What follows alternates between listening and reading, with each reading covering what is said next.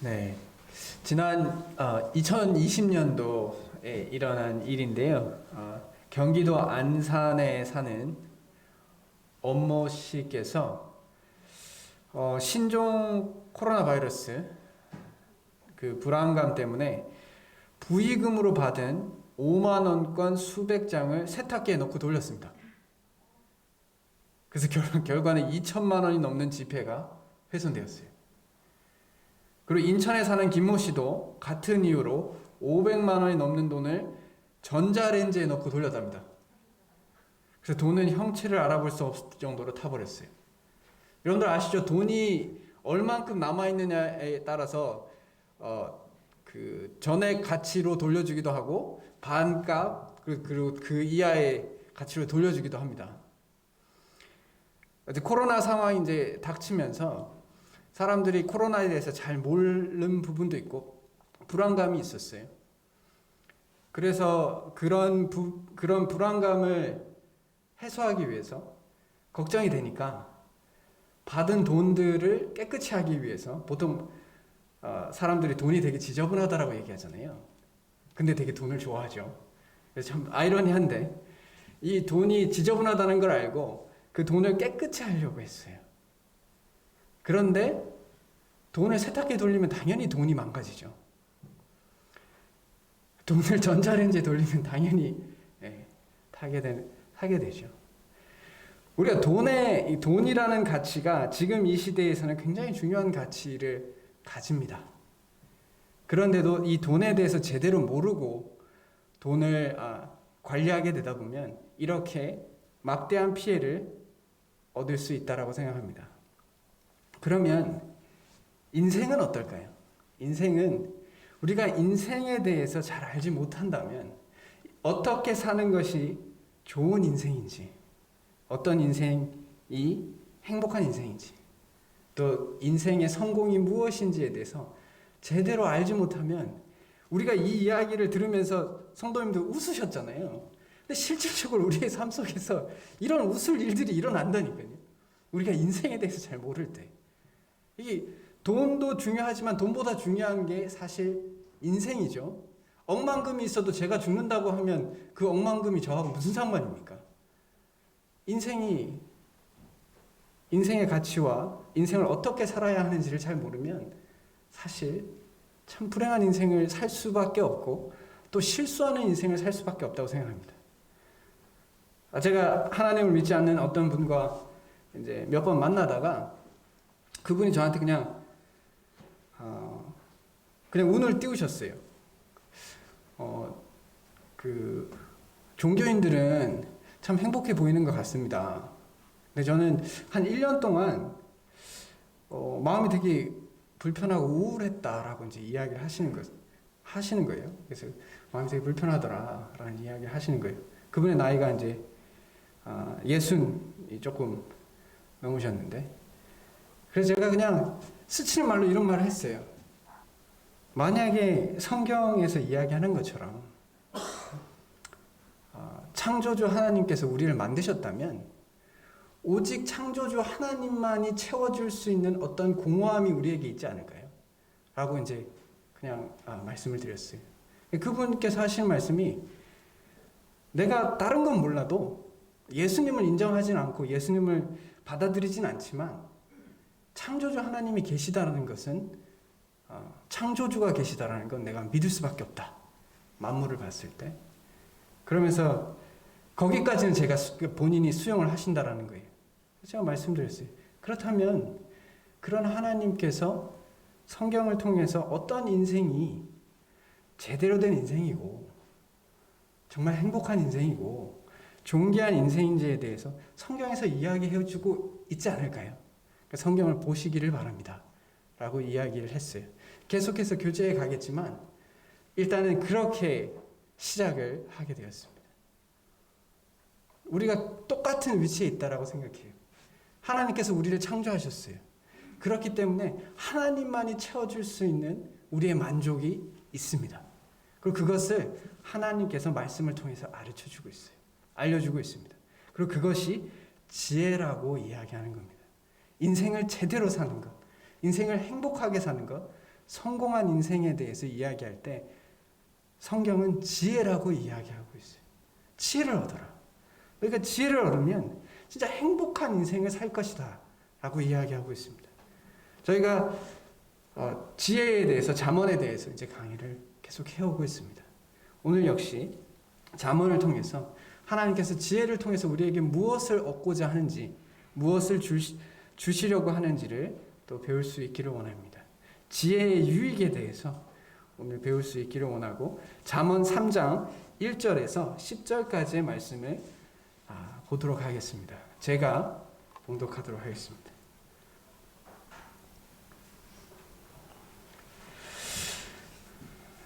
내 아들아, 나의 법을 잊어버리지 말고 내 마음으로 나의 명령을 지키라.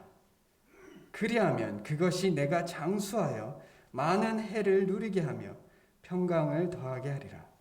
인자와 진리가 내게서 떠나지 말게 하고 그것을 내 목에 매며 내 마음판에 새기라. 그리하면 내가 하나님과 사람 앞에서 은총과 기중히 여김을 받으리라. 너는 마음을 다하여 여호와를 신뢰하고 내 명철을 의지하지 말라. 너는 범사에 그를 인정하라. 그리하면 내 길을 인도하시리라. 스스로 지혜롭게 여기지 말지어다. 여호와를 경외하며 악을 떠날지어다. 이것이 내 몸의 양약이 되어 내 골수를 윤택하게 하리라. 내 재물과 내 소산물의 처음 익은 열매로 여호와를 공경하라. 그리하면 내 창고가 가득히 차고 내 포도즙 틀에 새 포도즙이 넘치리라. 아멘. 오늘 이 말씀은 솔로몬이 젊은이들에게 하는 교훈이지만 사실 모든 이들에게 해당되는 말씀일 것입니다. 이 말씀을 보면 명령이 있고 그 명령에 대한 보상이 한 절씩 한 절씩 이야기하고 있습니다. 세상에서 오늘 이 말씀에 보면 그 보상들이 세상에서 볼 때 굉장히 되게 아름다운 모습입니다. 되게 좋게 보여지고 세상 사람들도 좋아할 것처럼 보여지는 내용들이 담겨져 있어요. 2절에 보면 장수하고 많은 해를 누리고 평강을 더하게 한다라고 얘기합니다. 여기서 말하는 평강은 샬롬이라는 이제 히브리어인데 우리가 잘 아는 안녕 혹은 평안이라는 뜻인데요. 그리고 이 단어 안에 평안하다는 말 외에 번영 그리고 건강 이런 뜻도 함께 담겨져 있습니다. 그러니까 쉽게 말하면 성공입니다. 성공. 우리가 생각하는 세상에서 생각하는 성공에 대한 이야기를 가지고 있습니다. 그리고 하나님과 사람 앞에서 은총과 기중히 여김을 받는 명예로운 자가 좋은 명성을 얻게 될 것이다 라고 이야기합니다. 그리고 하나님께서 그 길을 인도하고 또 내 몸이 건강해진 몸의 양약이 되고 골수가 윤택하게 된다는 그러니까 잘 산다는 얘기죠. 건강하다는 얘기입니다. 그리고 창고가 가득히 차고 내 포도즙 틀에 새 포도즙이 넘친다라고 이야기합니다. 이것이 우리가 이렇게 말씀을 읽었을 때 성경에서 이야기하고 있는 어떤 성경에서 반대하고 있는 물질주의를 추앙하는 이야기가 아닙니다. 하나님께서 만물을 창조하셨을 때 물론 오염되었지만 죄로 인하여 기본적으로 우리가 지혜로운 삶을 살 때 일반적으로 우리에게 일어난 일들에 대해서 이야기합니다. 그러나 이것이 지혜의 본질적인 요소를 이야기하고 있는 것은 아닙니다. 왜냐하면 만약에 그렇다면 솔로몬이 전도서에 가서 이런 얘기를 하진 않았을 겁니다. 부자도 행복할 수 있고 부자라고 해서 다 행복한 것이 아니고 오래 산다고 다 행복한 것이 아니고 지식이 많다고 해서 다 행복한 것이 아니다라고 전도서에서 본인이 이런 이야기를 했어요. 그러니 여기서 말하는 지혜의 이 보상들이 물질주의에 치우쳐 있는 이야기가 아닙니다. 오히려 이 말씀을 통해서 하나님 안에서 누리는 영적인 축복과 영적인 행복에 대해서 이야기하고 있는 것입니다. 솔로몬은 우리가 지혜를 가지고 살아갔을 때 세상 가운데 누릴 수 있는 어떤 부귀영화, 복락도 아예 없다라고 이야기하지 않습니다. 그럴 수 있다라고 얘기해요. 실질적으로 우리가 성실하게 살면 그거의 대가를 얻는 세상에서 살아야지 정상인 거잖아요. 안 그런가요? 우리가 성실하게 열심히 살았는데 내게 주어지는 것이 아무것도 없다. 이건 이상하잖아요. 하나님께서 만든 세상에서. 그러나 세상에 악이 있기 때문에 항상 그런 것은 아닐 것입니다. 결국 솔로몬이 하는 이야기는 우리가 지혜 가운데 살아갈 때 진정으로 우리가 누릴 수 있는 것은 하나님 안에서의 만족이다라는 것을 이야기하고 있습니다. 그것을 물질로 표현한 것이에요. 우리가 지혜롭게 살 때 결국 하나님 안에서 우리가 마치 많은 물질이 가진 것처럼 그 물질을 통해서 얻는 기쁨처럼 우리가 기쁨을 누릴 수 있다는 것을 이야기하는 것입니다. 그것이 본질적인 이야기라고 생각합니다. 성공에 대해서, 그래서 지혜를 우리가 알아갈 때 지혜를 통해서 우리가 얻는 첫 번째 유익은 성공이 과연 무엇인가라는 것을 깨닫게 됩니다. 성공이 과연 무엇인가? 세상에서 성공은 이 땅에서 좀 더 높은 위치가 되고 좀 더 많은 것을 가지게 되고 남들이 조금 더 우러러보는 것을 성공이라고 이야기해요. 실질로요. 회사원들에게 성공적인 삶의 조건이 뭐냐라고 이제 물었습니다. 물었을 때 많은 사람들이 이제 부모의 재력에 대해서 이야기했고 인맥에 대해서 얘기했고 학벌에 대해서 얘기했고 자기 역량에 대해서 얘기했습니다. 부모의 재력이라고 말한 사람이 40%고요. 인맥이라고 대답한 사람이 17.5%고 학벌이라고 얘기한 사람이 13.6%, 자기 역량이라고 말한 사람이 11.5%. 결국 이게 세상에서 말하는 성공의 근원이 되는 거죠. 그리고 성공의 정의에 대해서 이야기할 때 결국 좀 더 높은 사람이 되는 거예요. 좀 더 많은 것을 가진 사람. 그럼 남들 위에 설 수 있는 사람을 성공이라고 이야기합니다. 근데 성경에서는 그렇게 이야기하고 있지 않아요. 과연 성공이 무엇이냐? 솔로몬이 전도서를 쓰면서 이야기하고 있는 것은 결국 성공은 하나님을 얼마나 깊이 내가 체험하며 살았는가, 또 그 안에서 얼마나 만족을 누리며 살았는가에 대해서 이야기합니다.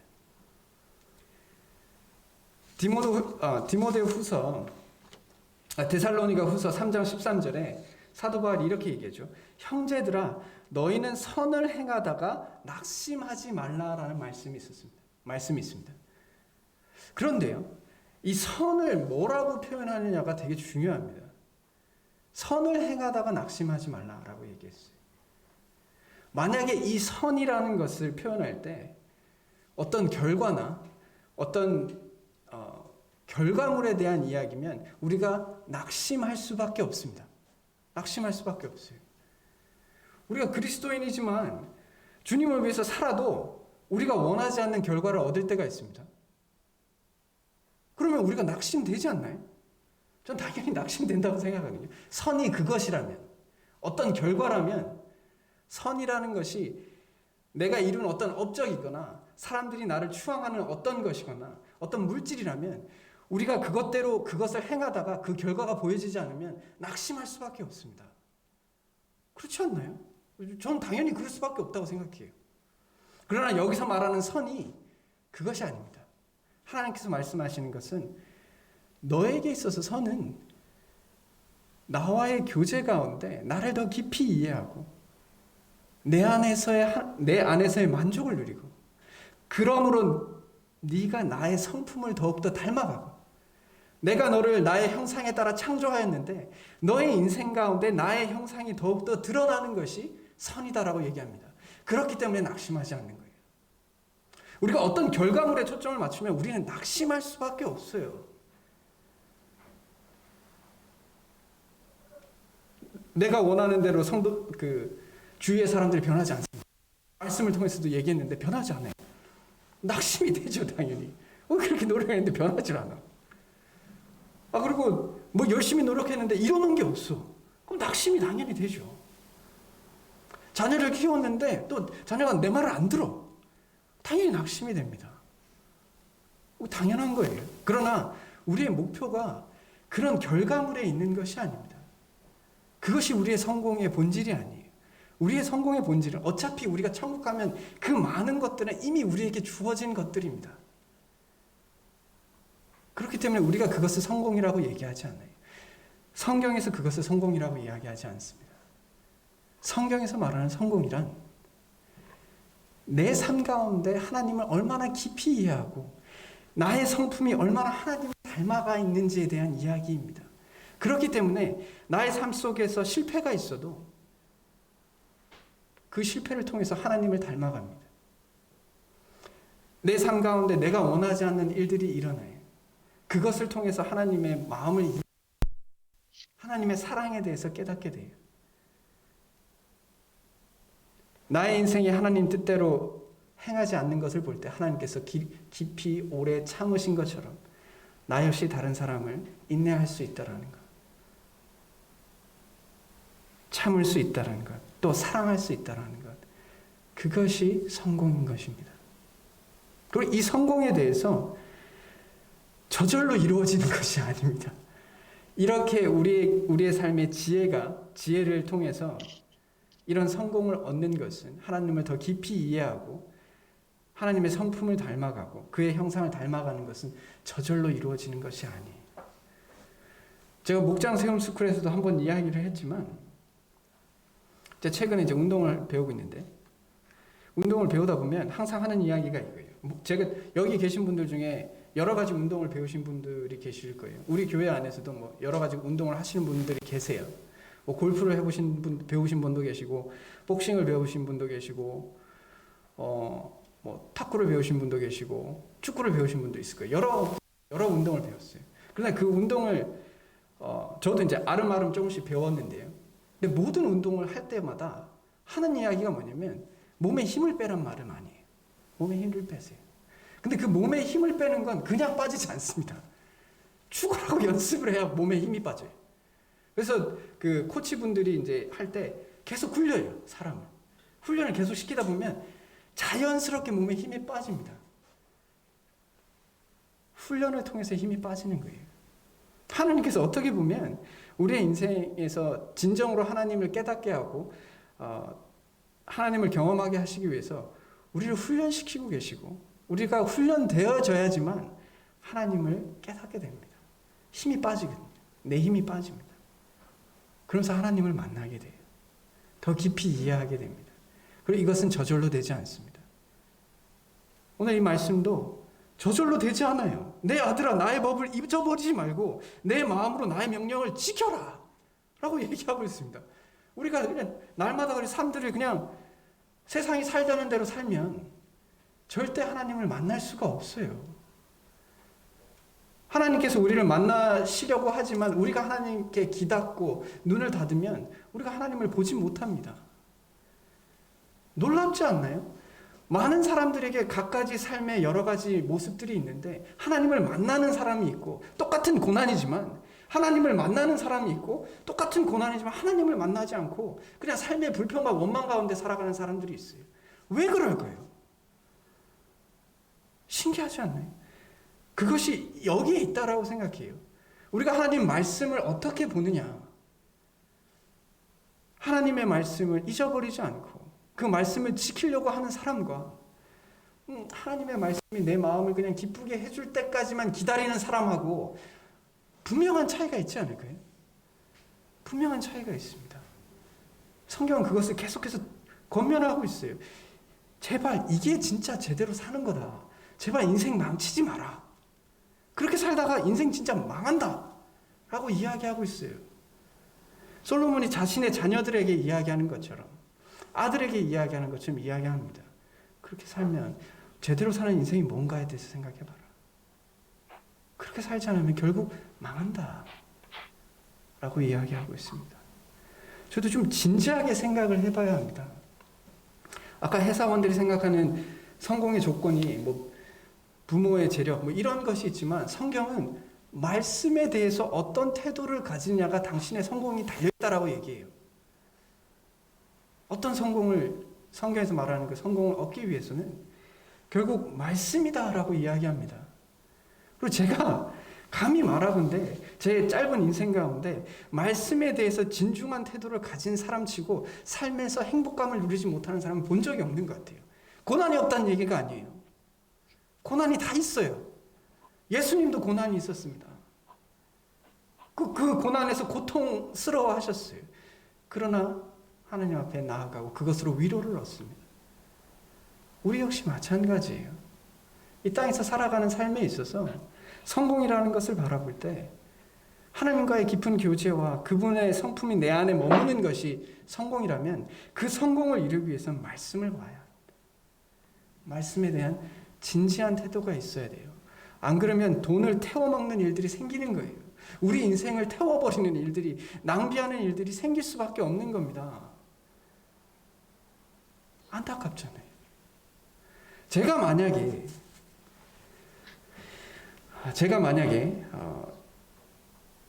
성도님들에게 이것이 진정한 행복의 비결이다라고 이야기하지 않는다면 두 가지 경우일 거예요. 하나는 저 자신도 그것을 체험하지 않는 케이스일 거예요. 저도 몰라요. 그냥 되는 대로 사십시오. 그 케이스일 거고. 두 번째는 저 혼자 그 행복을 누리고 싶어서 이기적인 마음으로 다른 사람에게 말을 하지 않는 거겠죠. 그러나 제가 만약에 이것이 성경에서 말하는 진정한 행복의 비결이고 성공이고, 그리고 여러분들도 함께 그 행복을 누리고 싶다면 제가 이야기를 해드려야죠. 그게 정상이죠. 그게 상식적인 선에서 일어나는 일들이잖아요. 그 상식적인 선에서 솔로몬이 이야기하고 있는 거예요. 이렇게 살아야 된다. 안 그러면 후회한다. 라고 이야기하고 있습니다.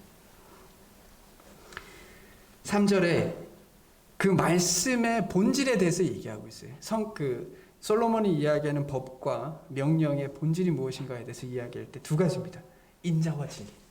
인자와 진리. 이게 참 어려운 말이죠. 인자. 요즘에 잘 안 쓰는 말인데요. 이 인자라는 말이요. 사실은 여러 가지로 이 인자와 진리라는 이 단어가 헬라어로 헤세드와 에멧인데요. 이 단어를 성경이 해석하는데, 번역을 할 때 사실 통일된 번역으로 잘 이루어지지 않습니다. 왜냐하면 이 헤세드라는 단어에 대해서 번역을 할 때 이 단어가 한 가지 뜻만 있는 게 아니에요. 그 헤세드라는 단어에서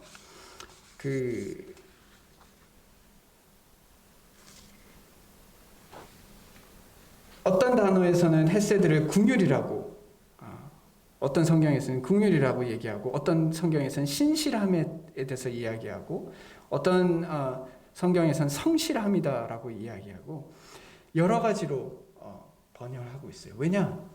이 헤세드라는 단어는 성경에서 아주 본질적인 단어 중에 하나입니다. 이 헤세드는 인간에 대한 하나님의 마음의 총 모습을 다룬 거예요. 하나님께서 인간을 생각할 때 헤세드로 생각하는 거예요. 사랑하신다는 거예요. 총체적으로 얘기하면 사랑하신다라는 건데, 그 사랑에 대한 내용이 여러 가지 모습을 담고 있어요. 하나님께서 인간을 생각할 때 긍휼을 생각하세요. 참 불쌍한 존재라고 생각하시고, 또 하나님께서 인간을 생각할 때 너희들의 연약함 때문에 내가 언약을 지키겠다. 성실히 언약을 지키겠다. 신실함. 여기서 말 헤세드는 신실함도 있는 거예요. 그래서 성경에서 이야기하는 이 헤세드란 단어는 하나님의 마음이 내 안에 들어오는 것이 여기서 말하는 인자를 이야기하고 있는 겁니다. 우리가 성경에서 하나님을 믿지 않는 사람들도 기독교의 본질적인 내용이 사랑이라는 것을 알아요. 맞습니다. 기독교에서 이야기하는, 성경에서 이야기하는 본질적인 내용 하나는 사랑이에요. 사랑. 그리고 그 사랑의 깊이를 깨달아가는 것이 우리가 성경을 통해서 깨달아가는 겁니다. 예수님께서 사랑할 자를 사랑하는 것이 너에게 무슨 유익이 있느냐 라고 말씀하십니다. 우리가 생각하는 사랑은 사실 사랑의 본질이 아니다라고 얘기합니다. 성경에서 하나님께서 우리에게 품으신 그 사랑이야말로 진정한 사랑이라고 이야기하고 있습니다. 우리가 말씀을 깊이 이해하면 이해할수록 하나님의 사랑을 이해하게 됩니다. 그분께서 우리를 어떻게 사랑하셨는지, 자신의 아들을 내어주시고 우리는 상상할 수도 없는 굴욕과 또 인내와 자비를 베푸시면서 우리에게 사랑하고 계시다는 걸 경험하게 돼요. 사도 바울은 자신의 영적인 성숙이 깊어질수록 자신의 어떠함을, 자신의 부족함을 깨닫게 됩니다. 사도 바울이 감옥에서 이제 거의 죽을 때가 됐죠.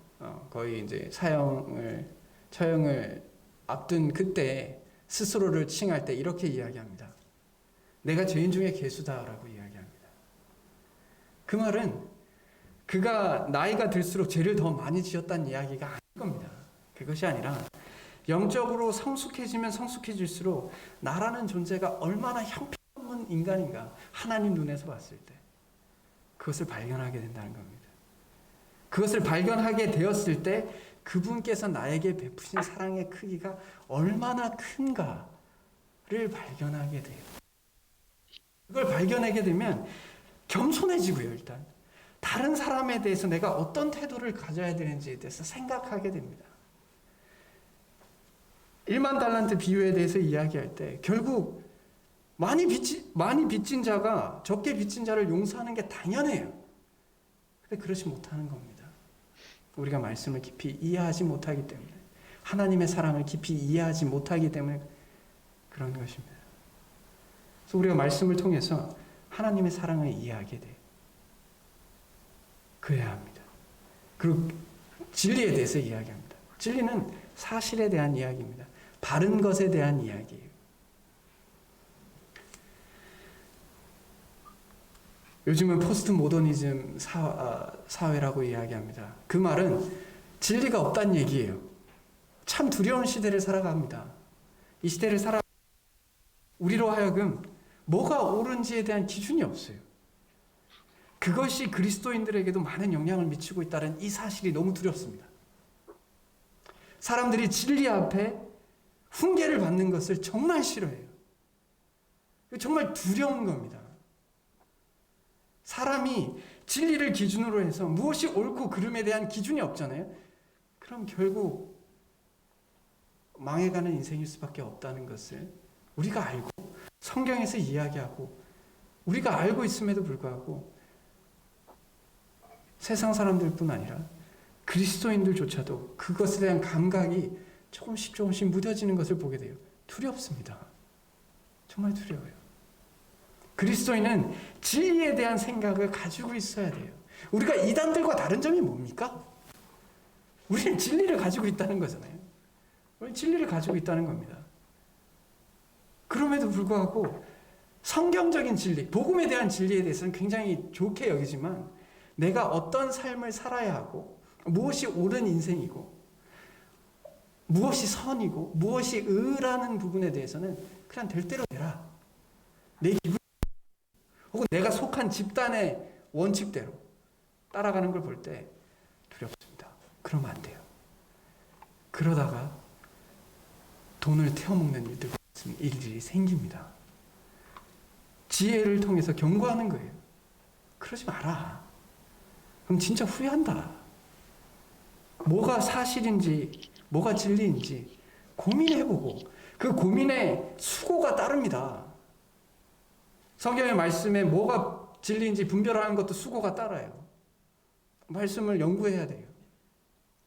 그리고 우리 인생 가운데서도 사람들과 이야기하고 사는 세상에서도 무엇이 진리고 무엇이 사실인지를 분별하는 수고가 반드시 필요해요. 세상이 우리를 속이고 있기 때문이에요.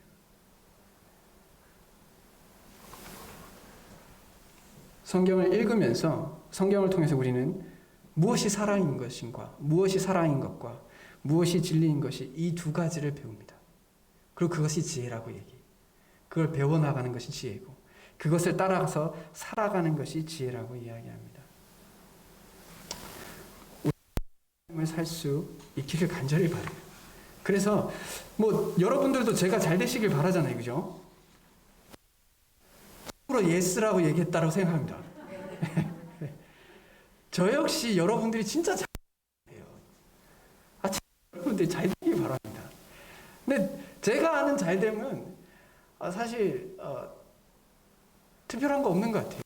진짜 하나님 안에서 삶의 의미가 뭔지, 삶의 본질이 뭔지, 하나님이 누구신지, 그분을 사랑하는 게 무엇인지, 그분께 사랑받는 게 무엇인지, 그래서 의를 행한다는 게 무엇인지, 남에게 선을 베푼다는 게 무엇인지, 은혜를 베푼다는 게 무엇인지, 내 삶 가운데서 그것을 행하고 살아가며 그 안에서 누리는 만족감을 가진다면 그게 행복이라고 생각합니다. 그리고 제가 여러 가지 책들을 아름아름 보았고 또 여러 가지 강의들을 들어봤을 때, 그리고 다른 종교나 이야기를 들어봤을 때 다른 것에서 이야기하는 행복은 저한테 그렇게 매력적으로 다가오지 않습니다.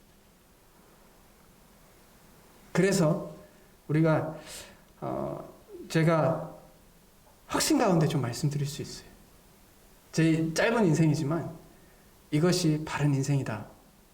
이렇게 살아가려고 하는 방향이. 그래서 제가 담대하게 얘기할 수 있어요. 제 아내가 가끔 저한테 이런 말을 합니다. 당신은 세일즈맨을 했어도 잘했을 것 같아. 라는 말을 해요. 근데 제 아내한테 이렇게 얘기했습니다. 만약에 내가 팔려고 하는 제품이 나에게 확신을 주지 못한다면 나는 한마디도 못할 것 같다. 라는 얘기를 했어요. 진짜 그런 것 같아요. 우리가 스스로 담대함을 가지는 이유가 내가 믿고 있는 이 바가, 이 진리가, 이 사실이 정말 그러하다는 확신이 있기 때문에 우리는 이야기할 수 있는 겁니다. 그런 확신이 없다면 사실 굳이 여기에 시간을 둘 필요 없다라고 생각해요. 짧은 인생입니다. 다른 거 찾아보는 게 더 낫죠. 그럼 우리는 확신이 있습니다. 그런 우리가 믿음이라고 이야기하는 거예요.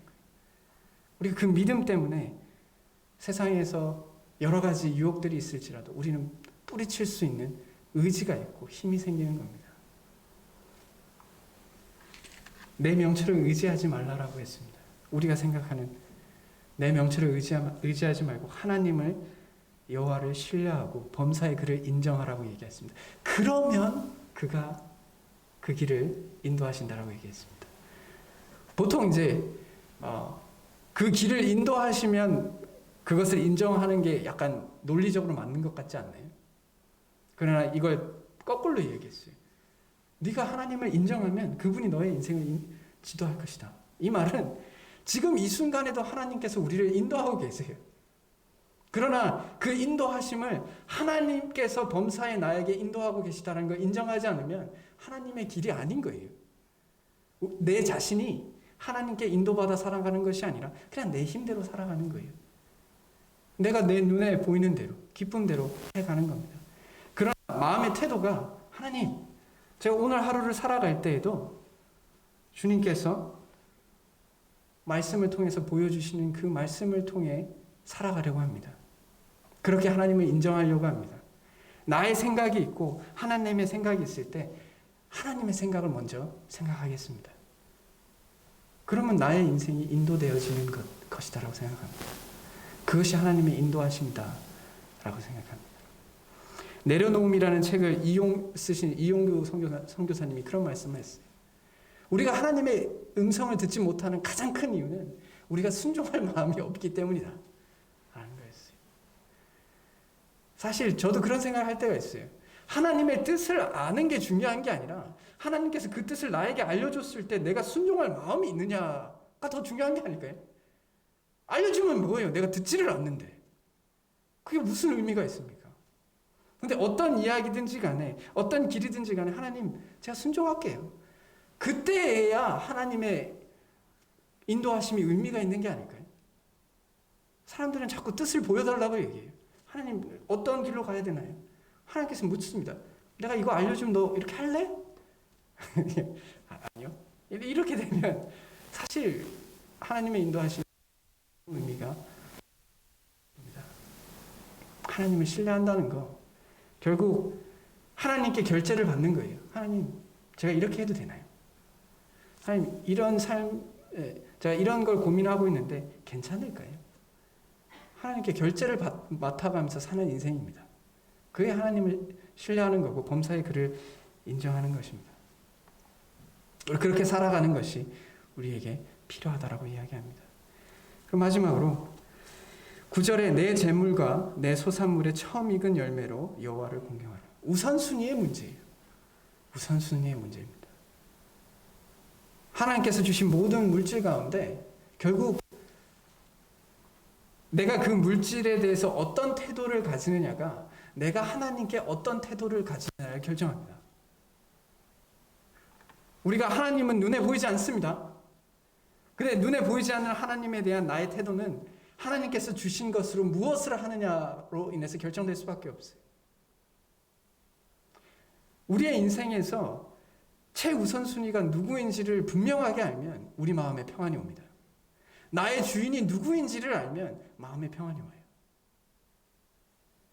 내 인생의 주인이 나라고 하면 인생 불안합니다. 내가 어디로 가야 하는지를 모르거든요. 그러나 나의 주인이 전지전능하신 하나님이시라는 것을 알면 마음의 평안을 누립니다. 그리고 그 하나님께서 주인이시라는 것을 인정하는 것의 태도가 내가 물질에 대해서 어떤 태도를 가지냐에 의해서 드러난다는 거예요. 당연한 겁니다. 이건 당연한 거예요. 사람과의 관계에서도 마찬가지입니다. 누군가를 사랑하잖아요. 그 사랑하는 자를 만족시키기 위해서 나의 물질을 사용합니다. 하나님께서 그런 태도가 진정한 행복한 삶의 태도라고 이야기하고 있는 겁니다. 오늘 이 지혜서를 통해서, 잠언을 통해서 진정한 성공이 무엇인지에 대해서 이야기했습니다. 하나님을 알아가고 그분과 깊은 교제하고 그분의 성품을 닮아가는 겁니다. 그리고 그렇게 하기 위해선 말씀이에요. 그리고 그 말씀의 내용은 사랑과 진리입니다. 이 두 가지. 그 가운데 그 사랑과 진리를 바라보며 하나님의 말씀을 의지하고 하나님을 의지해가고 누가 주인이신지를 인정하고 그런 삶을 살아갈 때 우리에게 복된 인생이 있다라고 이야기합니다. 지혜 13절에 지혜를 얻는 자와 명철을 얻는 자는 복이 있다 라고 얘기합니다. 이 복을 우리가 누리며 살았으면 좋겠네요. 정말 그렇습니다. 그래서 우리의 얼굴에 행복함이 서려있는 인생이 되었으면 좋겠습니다. 다 같이 기도하겠습니다.